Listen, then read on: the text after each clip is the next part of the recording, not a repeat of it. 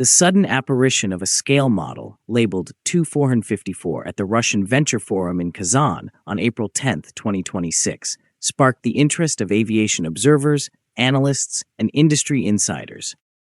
The emergence of this aircraft concept poses a compelling question. Is the Tu-454 a serious future program, or just a conceptual placeholder in Russia's long-term aviation ambitions, despite the fact that the project had never been formally announced in the official documentation of United Aircraft Corporation? As this unexpected reveal began making waves, it quickly became clear that the setting itself carried significance.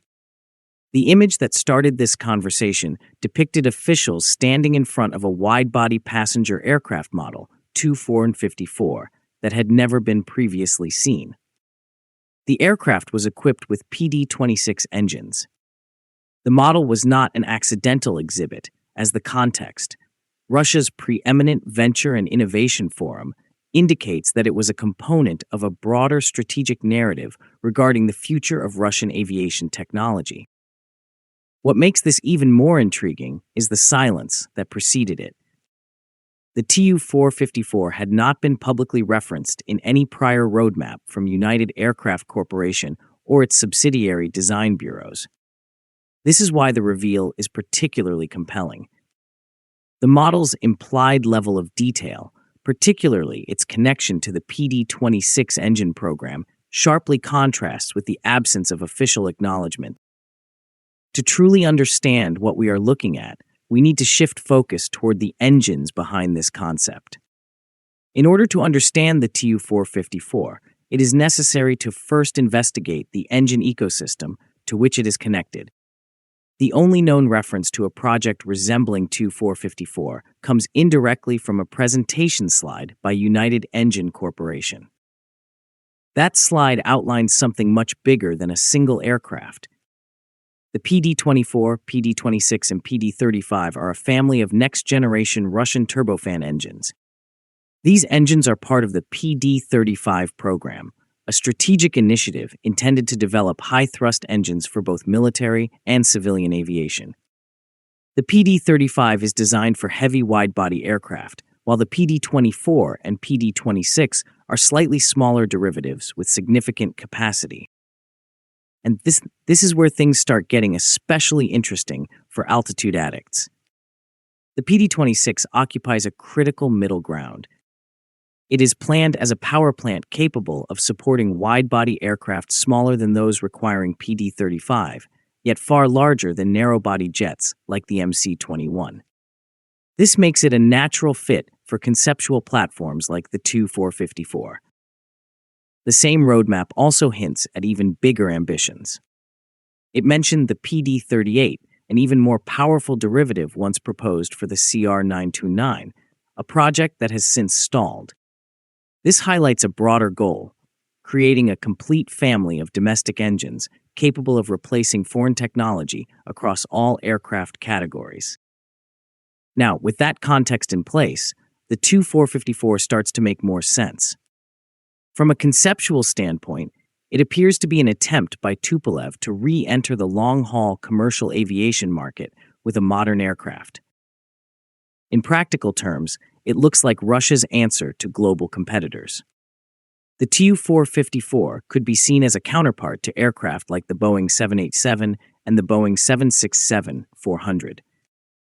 This implies a twin-engine wide-body configuration optimized for medium to long-haul routes, offering greater capacity and range than the Tu-214 currently in production.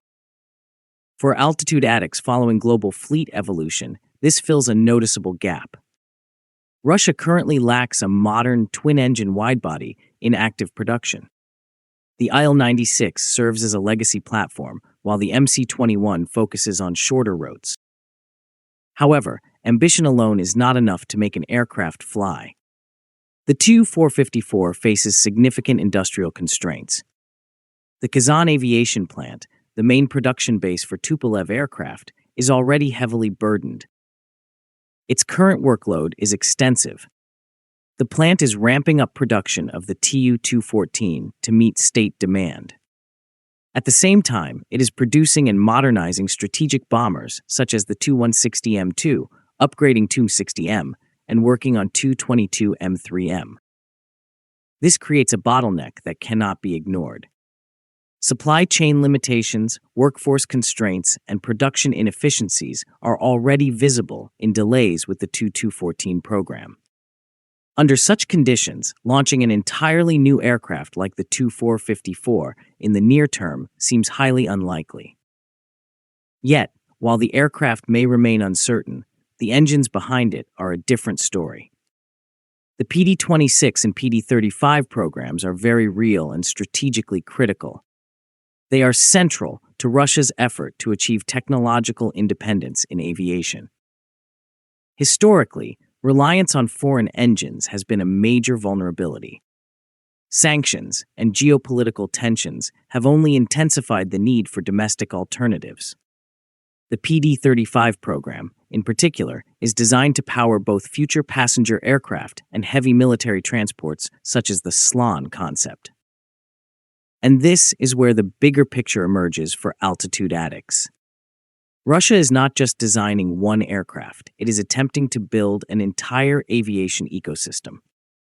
Concepts like the MC-21-500, MC-21-600, and even a twin-engine IL-96 variant suggest a unified, modular approach built around a common engine family.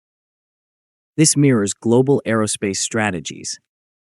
Engine commonality and platform flexibility are key to reducing costs and increasing efficiency. Ultimately, the Tu-454 represents a balance between ambition and reality. It is a logical step for Russia to remain competitive in long-haul aviation. Yet current industrial and economic limitations make its realization uncertain in the near future. The unveiling of this model is therefore less about the aircraft itself and more about what it signals. It reflects a strategic intent to return to the long-haul market with domestically developed technology. If the PD-26 and PD-35 programs succeed, they could lay the foundation for a new generation of Russian aircraft. And perhaps one day, the Tu-454 will evolve from a model on display into a real aircraft in the skies. Until then, it remains a fascinating glimpse into a possible future, shaped equally by ambition and the hard limits of industrial reality. If you liked the video, please subscribe, share, and like. Also, please take the membership of the channel to encourage us.